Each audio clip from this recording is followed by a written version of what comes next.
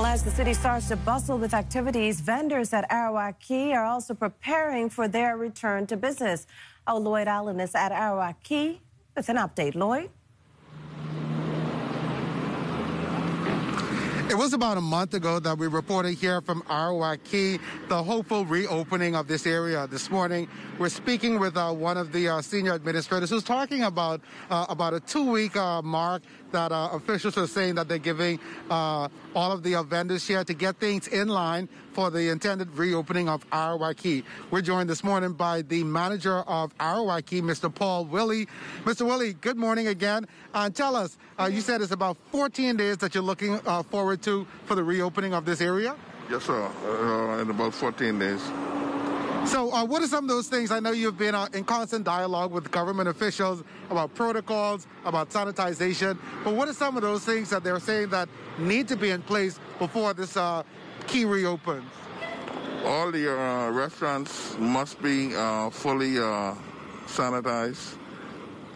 Everybody must be sanitized, and the government responsible for the public spaces, the walkways, and the public restrooms.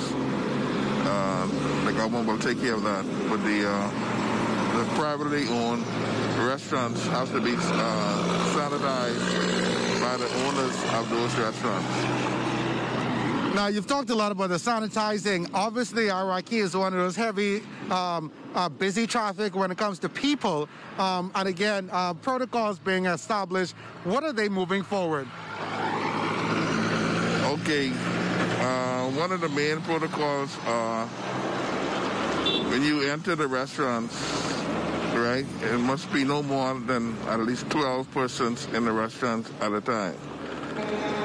And every restaurant owners must have some markings outside of your restaurants for patrons who's going to be waiting to come in. And that's going to be strictly enforced.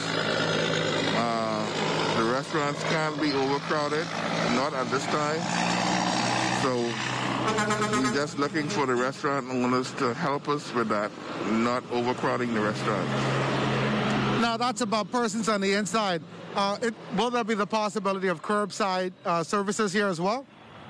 I can't speak to that presently at this time about the curbside, but I know there's 2 weeks that Arawak Key will be, I think, fully open. Now, as it relates to those vendors, what are they saying about the reopening? Are they prepared to initiate these measures? Are they comfortable with that? Yeah, I was in communication with several of them, and I told them what the protocols are, and they are pretty much excited to the reopening and to carry the protocols out.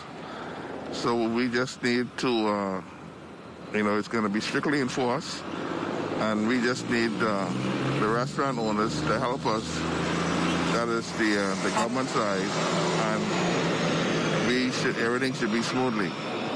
And my final question, today, obviously we know that the tourism market is heavily impacted. It may be some time until it returns to what it used to be.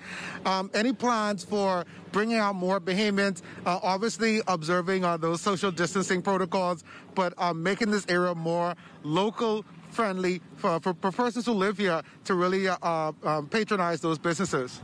I think most of the restaurants have a lot of Bahamian clientele.